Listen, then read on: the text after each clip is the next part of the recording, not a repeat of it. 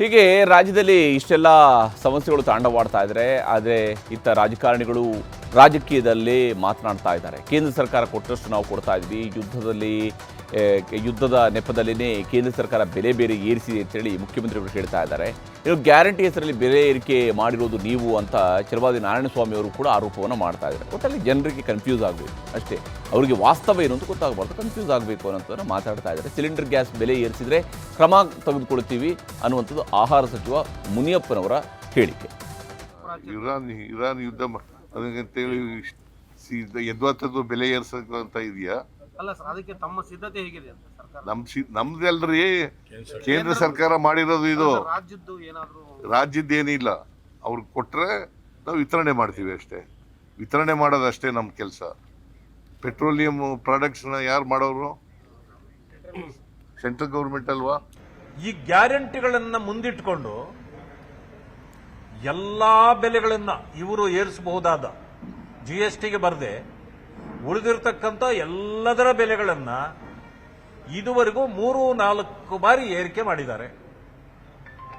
ಈಗಲೂ ಕೂಡ ಅದೇ ಚಾಳಿಯನ್ನ ಮಾನ್ಯ ಮುಖ್ಯಮಂತ್ರಿಗಳಾಗಿರ್ತಕ್ಕಂಥ ಸಿದ್ದರಾಮಯ್ಯನವರು ಮುಂದುವರಿಸಿದ್ದಾರೆ. ಅವರು ಪ್ರೈವೇಟ್ ಅವ್ರ ಹತ್ರ ತಗೊಂಡ್ತಾರೆ, ಅವ್ರ ರೇಟ್ ಜಾಸ್ತಿ ಬಂದಿದ್ದಕ್ಕೆ ಇಲ್ಲಿ ಬಂದಿದೆ, ಕ್ಯೂ ಆಗಿದೆ, ಬಿಟ್ರೆ ಇನ್ನೇನಿಲ್ಲ. ಇಲ್ಲಿ ಯಾವತ್ತು ರೆಗ್ಯುಲರ್ ಸರ್ಕಾರ ಕಂಪನಿಗಳಲ್ಲಿ ತಗೊಂಡವ್ರಿಗೆ ಏನು ಗೊಂದಲ ಆಗಿಲ್ಲ.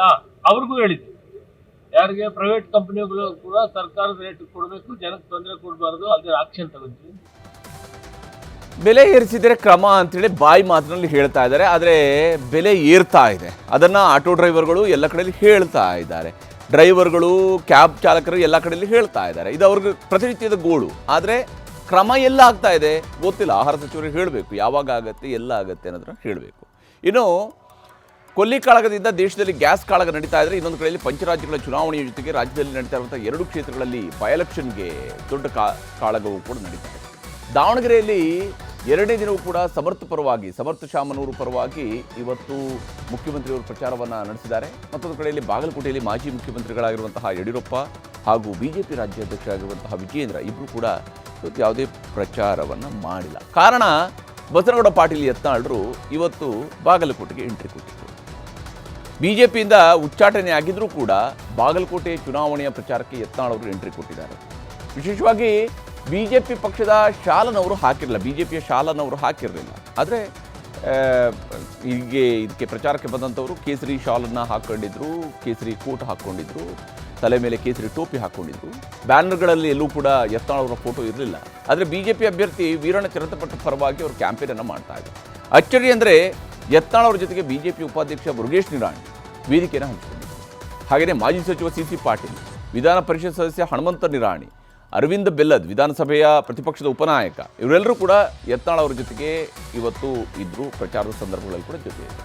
ಆದರೆ ಯತ್ನಾಳ್ ಬರ್ತಾ ಇದ್ದರೆ ಬಾಗಲಕೋಟೆ ಪ್ರಚಾರವನ್ನು ಅರ್ಧಕ್ಕೆ ನಿಲ್ಲಿಸಿ ಯಡಿಯೂರಪ್ಪ ಹಾಗೂ ವಿಜಯೇಂದ್ರ ಅವರು ಶಿಕಾರಿಪುರಕ್ಕೆ ಹೋಗಿದ್ದಾರೆ. ಶಿಕಾರಿಪುರದಲ್ಲಿ ಅವರು ಬೇರೆ ಕಾರ್ಯಕ್ರಮಗಳಲ್ಲಿ ಭಾಗಿಯಾಗುವಂತಹ ಕಾರಣಕ್ಕಾಗಿ ಹೋಗಿದ್ದಾರೆ ಅನ್ನುವಂಥದ್ದು ಒಂದು ಅಂಶ. ಆದರೆ ವಾಸ್ತವವಾಗಿ ಚುನಾವಣೆ ನಡೀತಾ ಇರುವಾಗಲೇ ಪಕ್ಷದ ರಾಜ್ಯಾಧ್ಯಕ್ಷರು ಶಿಕಾರಿಪುರಕ್ಕೆ ಹೋಗಿದ್ದಾರಲ್ಲ ಅನ್ನುವಂಥ ಪ್ರಶ್ನೆಯೂ ಕೂಡ ಇದ್ದೇ ಇರುವಂಥದ್ದು. ಇನ್ನು ಬಾಗಲಕೋಟೆಯಲ್ಲಿ ಯತ್ನಾಳ್ ಪ್ರಚಾರಕ್ಕೆ ಸಚಿವ MP ಪಾಟೀಲ್ ಅವರು ಲೇವಡಿ ಮಾಡಿದ್ದಾರೆ. ವಾಪಸ್ ಬಿಜೆಪಿಗೆ ಹೋಗೋದಕ್ಕಾಗಿ ಹೀಗೆಲ್ಲ ಪ್ರಚಾರಕ್ಕೆ ಬರ್ತಾ ಇದ್ದಾರೆ. ಮಾನ, ಮರ್ಯಾದೆ, ಸ್ವಾಭಿಮಾನ ಅನ್ನೋದು ಯತ್ನಾಳ್ಗೆ ಎಲ್ಲಿ ಹೋಯಿತು ಅಂತವ್ರು ಕೆಣಕಿದ್ದಾರೆ. ಯತ್ನಾಳ್ ಅವರು ಸುಮ್ಮನಿರ್ತಾರ? MP ಪಾಟೀಲ್ ಅವರು ಒಂದೊಂದು ಮಾತಿಗೂ ಕೂಡ ಅವರೂ ಕೂಡ ತಮ್ಮದೇ ಆದಂತಹ ಸಮಜಾಯಿಷಿಯನ್ನು ತಿರುಗಿಟ್ಕೊಡುವಂತಹ ಪ್ರಯತ್ನವನ್ನು ಮಾಡಿದ್ದಾರೆ. ಅದು ಸುಮ್ಮನೆ ಅದಲ್ಲ, ಇದೆಲ್ಲ ನಾಟಕ. ಸುಮ್ಮನೆ ಅವ್ರಿಗೆ ವಾಪಸ್ BJPಗೆ ಹೋಗೋದಿದೆ. ಇಲ್ಲಿ ಆಗ್ತಾ ಇರುವಂಥ ಚಿರಂತಿ ಮಠ ಅವರು ಯಡಿಯೂರಪ್ಪನವ್ರದ್ದು ಕಾರ್ಯಗಳವ್ರ ಕ್ಯಾಂಡಿಡೇಟ್ ಅವರು, ಮತ್ತು ಅವ್ರ ಪ್ರಚಾರಕ್ಕೆ ಇವ್ರು ಹೊಂಟಿದ್ದಾರೆ. ಸುಮ್ಮನೆ ವಾಪಸ್ BJPಗೆ ಹೋಗೋದಿದೆ. ಸುಮ್ಮನೆ ನೇರವಾಗಿ ಹೇಳಲ್ಲ, ಸುಮ್ಮನೆ ಯಾಕೆ ನಾಟಕ, ಯಡಿಯೂರಪ್ಪನ ಮಗ ಅನ್ನೋದು. ಯಾಕಂದರೆ MP ಪಾಟೀಲ್ ಸೋಲಿಸ್ಬೇಕಂತೇಳಿ ಅಲ್ಲಿ ಅಣ್ಣ ರಾತ್ರಿ 1 ಗಂಟೆಗೆ ಮುಸುಕದಾರಿಯಾಗಿ ಹೋಗಿ ಪ್ರಚಾರ ಮಾಡ್ಯಾನ MP ಪಾಟೀಲ್ ಅಂತ.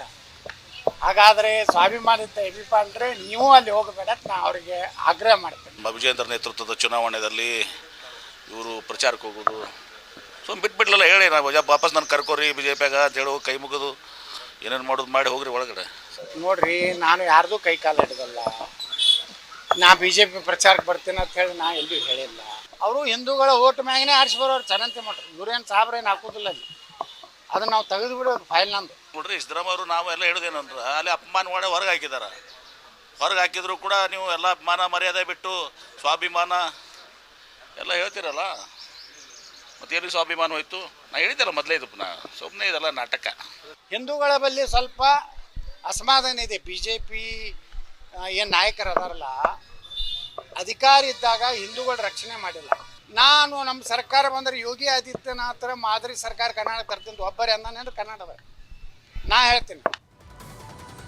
ಹೀಗೆ ಏಟು ಎದುರೇಟು ಮಾತಿಗೆ ಮಾತು ಇವೆಲ್ಲವೂ ಕೂಡ ನಡೀತಾ ಇದೆ.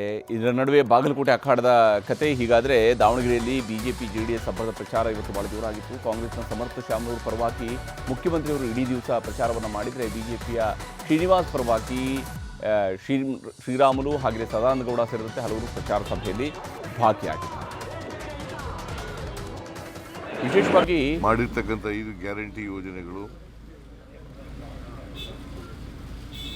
ಅವು ಜಾರಿಯಾಗಿದ್ದಾವೆ.